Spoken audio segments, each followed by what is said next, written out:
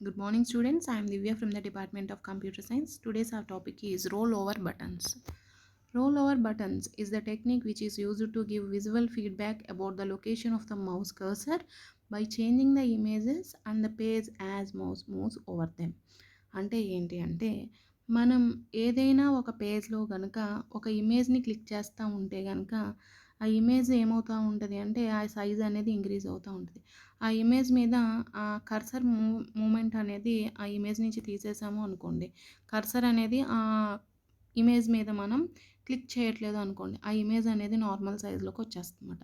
ఈ టెక్నిక్ని మనం ఏమంటాము అంటే రోల్ ఓవర్ బటన్స్ అంటామన్నమాట. మీకు అర్థమవుతుందా? మనం ఏదైనా ఒక లొకేషన్లో ఒక ఇమేజ్ మీద క్లిక్ చేస్తే ఆ ఇమేజ్ సైజ్ అనేది ఇంక్రీజ్ అవుతుంది.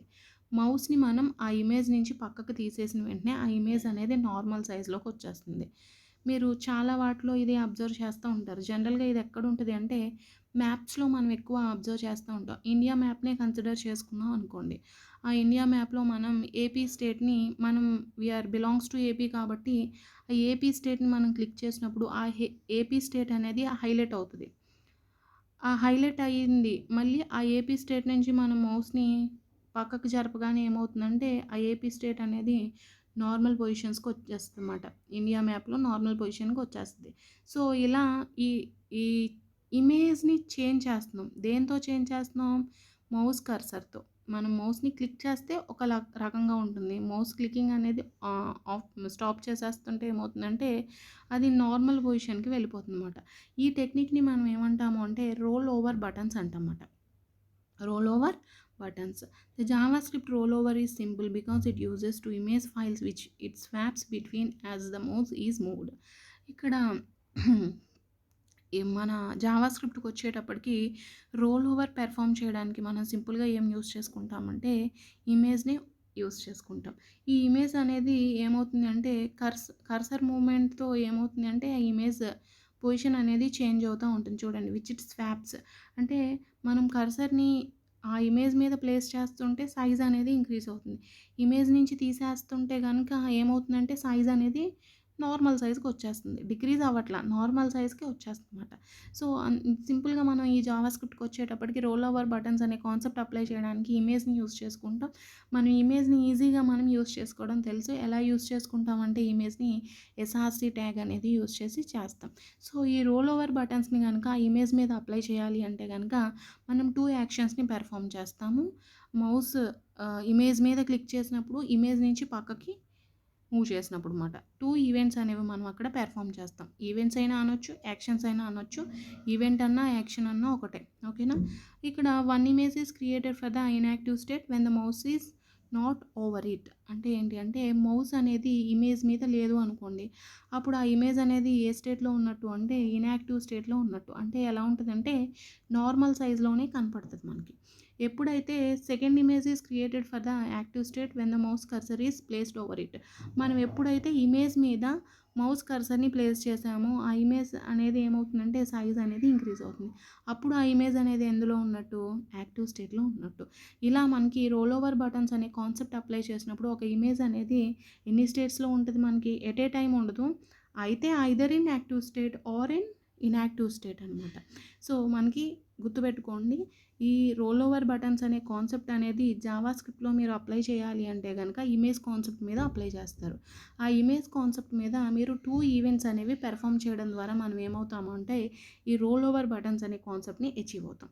సో అసలు ఈ రోల్ ఓవర్ బటన్ని ఎలా మనం జావాస్క్రిప్ట్లో యూస్ చేసుకుంటాము, ఏ ఈవెంట్స్ అనేవి అప్లై చేస్తాం అనేది చూద్దాం.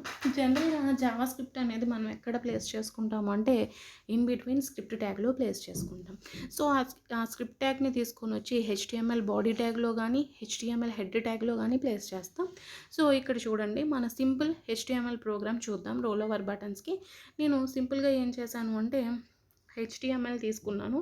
ఇక్కడ హెచ్టిఎంఎల్ క్లోజింగ్ ఇవ్వలేదు, మీరు క్లోజ్ చేయండి. సారీ, ఇక్కడ HTML హెచ్టీఎంఎల్ ఓకేనా. ఓకే, ఇక్కడ హెచ్టీఎంఎల్ మనం ఏ హెచ్టీఎంఎల్ ప్రోగ్రామ్ జావా స్క్రిప్ట్ని ఇంక్లూడ్ చేసి హెచ్టీఎంఎల్ ప్రోగ్రామ్ రాయాలి అన్నా కానీ కంపల్సరీ మనం యూజ్ చేసుకోవాల్సిన ట్యాగ్ ఏంటి అంటే హెచ్టీఎంఎల్ ట్యాగ్. హెచ్టీఎంఎల్తో ఓపెన్ చేసాం, హెచ్టీఎంఎల్తో క్లోజ్ చేయాలి. హెచ్టీఎంఎల్ ఓపెన్ అయింది అంటే ప్రోగ్రామ్ అనేది స్టార్ట్ అయినట్టు, హెచ్టీఎంఎల్ అనేది క్లోజ్ అయింది అంటే ప్రోగ్రామ్ అనేది ఎండ్ అయినట్టు. ఇప్పుడు నేను హెడ్ అనే ట్యాగ్ని తీసుకున్నాను. ఈ హెడ్ ట్యాగ్లో నేను టైటిల్ ట్యాగ్ని మాత్రమే యూస్ చేసుకున్నాను.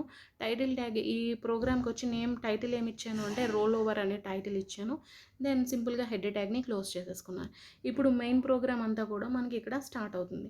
నేను ఇక్కడ ఈ రోల్ ఓవర్ బటన్స్ అనే కాన్సెప్ట్ ఇమేజ్ ట్యాగ్ మీద అప్లై చేస్తాను, ఇమేజెస్ మీద అప్లై చేస్తాను అన్నాను.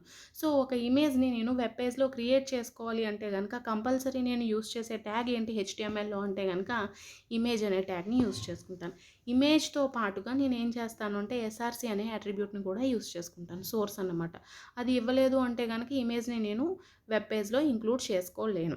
సో ఇమేజ్ ట్యాగ్ని నేను ఎక్కడ యూస్ చేసుకోవాలి అంటే కంపల్సరీగా బాడీ ట్యాగ్లో మాత్రమే నేను ఇమేజ్ ట్యాగ్ని యూస్ చేసుకోగలను. సో నేను ఇక్కడ బాడీ ట్యాగ్ని యూస్ చేసుకున్నాను, బాడీ ట్యాగ్లో ఇమేజ్ని యూస్ చేసుకున్నాను. ఇమేజ్ అనేది ఏ లొకేషన్లో ఉందో చెప్పడం కోసం ఎస్ఆర్సి అనే అట్రిబ్యూట్ని యూస్ చేసుకున్నాను. నేను ముందుగానే చెప్పాను, ఈ రోల్ ఓవర్ బటన్స్ అనే కాన్సెప్ట్ని కనుక మీరు అప్లై చేయాలి అంటే కనుక 2 ఈవెంట్స్ అనే దాన్ని మనం యూస్ చేసుకుంటున్నాం. 2 యాక్షన్స్ మనం పెర్ఫామ్ చేస్తున్నాం. ఒకటి వచ్చి మౌస్ని క్లిక్ చేస్తున్నాం, ఇంకొకటి వచ్చి మౌస్ని మూవ్ చేసేస్తున్నాం ఇమేజ్ దగ్గర నుంచి. సో ఇక్కడ మౌస్ ఓవర్ అంటే ఏంటి అంటే మౌస్ అనేది ఇమేజ్ మీద ఉన్నప్పుడు ఏ యాక్షన్ పెర్ఫామ్ అవ్వాలి, మౌస్ అనేది ఇమేజ్ నుంచి మూవ్ అయిపోయినప్పుడు ఏ యాక్షన్ పెర్ఫామ్ అవ్వాలి. ఇక్కడ మౌస్ అనేది ఇమేజ్ మీద ఉన్నప్పుడు ఆన్ మౌస్ ఓవర్ అని యాక్షన్ పెర్ఫామ్ చేస్తాము. ఆ యాక్షన్కి వచ్చేటప్పటికి నేను image1 అనే ఫంక్షన్ని అసైన్ చేశాను.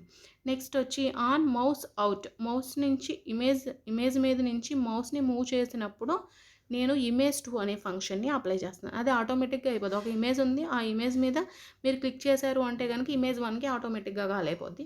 ఇమేజ్ నుంచి మీరు ఆ మౌస్ని మూవ్ చేశారు అంటే కనుక ఆటోమేటిక్గా image2కి కాల్ చేస్తాం.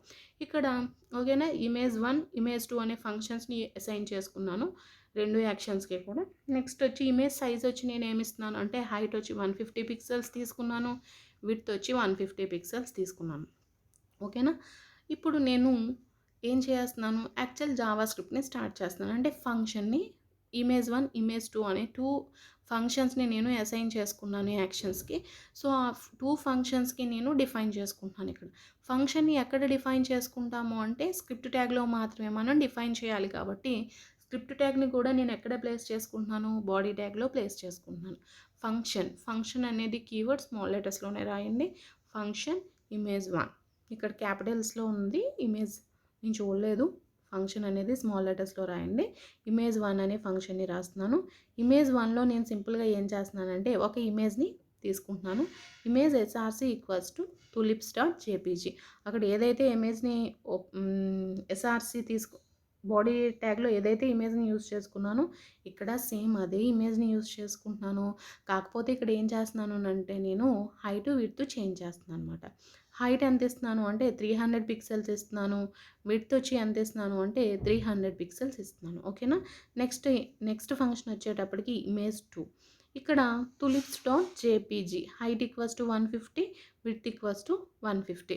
నేను నార్మల్గా ఇక్కడ ఇమేజ్ ఎస్ఆర్సీలో ఏదైతే హైట్ తీసుకున్నానో ఏదైతే విడ్త్ తీసుకున్నానో image2 కూడా నేను అదే అప్లై చేసుకున్నాను. ఎందుకు అప్లై చేసుకున్నాను అంటే ఈ image2 అనేది నేను దేనికి అసైన్ చేసుకున్నాను అంటే ఆన్ మౌస్ అవుట్. అంటే మనం ఆ ఇమేజ్ మీద నుంచి మౌస్ని మూవ్ చేసేసాం పక్కకి. ఆ టైంలో ఇమేజ్ సైజ్ అనేది ఎలా అవ్వాలి అంటే యాక్చువల్ సైజ్ అవ్వాలి, అంతే కదా. మనం స్టార్టింగ్లో ఏ సైజులో అయితే చూసామో ఆ సైజులోనే ఉండాలి. అలా కాకుండా ఇమేజ్ మీద కనుక మనం కర్సర్ని క్లిక్ చేసాము అంటే కనుక ఏమవ్వాలి, ఇమేజ్ సైజ్ అనేది ఇంక్రీజ్ అవ్వాలి. సో నేను ఇక్కడ అదే చేశాను. ఆన్ మౌస్ ఓవర్ ఎప్పుడైతే నేను ఇమేజ్ మీద మౌస్ని ప్లేస్ చేశానో ఆటోమేటిక్గా ఇమేజ్ సైజ్ అనేది ఏమవ్వాలి, ఇంక్రీజ్ అవ్వాలి. అందుకే 150 ఉన్న హైట్ అలా 300 అయ్యింది, 150 ఉన్న విడ్త్ అలా 300 చేశాను నేను ఇక్కడ. ఓకేనా, ఎప్పుడైతే మనం మౌస్ నుంచి అది మూవ్ చేసేసామో ఆటోమేటిక్గా ఏమవ్వాలి, హైట్ విడ్త్ అనేది నార్మల్ పొజిషన్కి వచ్చేయాలి. సో 150 ఇక్కడ ఏదైతే హైట్ నేను తీసుకున్నానో అదే హైట్ ఇక్కడ కూడా ఇచ్చాను. సో ఏం చేశాను, నేను ఇక్కడ స్క్రిప్ట్ ట్యాగ్ని క్లోజ్ చేసేసుకున్నాను, బాడీ ట్యాగ్ని క్లోజ్ చేశాను. హెచ్టీఎంఎల్ని క్లోజ్ చేశాను. డాట్ హెచ్టీఎంఎల్తో సేవ్ చేసుకుంటాం, ప్రోగ్రామ్ని రన్ చేస్తాం. సో మనకి అవుట్పుట్ వస్తుంది. అవుట్పుట్ వచ్చినప్పుడు సింపుల్గా మనకి స్క్రీన్ మీద ఏం డిస్ప్లే అవుతుందంటే ఒక ఇమేజ్ అనేది డిస్ప్లే అవుతుంది. ఆ ఇమేజ్ మీద నేను క్లిక్ చేసినప్పుడు ఇమేజ్ సైజ్ అనేది ఇంక్రీజ్ అవుద్ది. ఎప్పుడైతే నేను ఆ కర్సర్ని మూవ్ చేసేసానో ఆటోమేటిక్గా ఇమేజ్ సైజ్ అనేది నార్మల్ సైజ్కి వచ్చేస్తుంది అన్నమాట. Thank you. This is about role over buttons.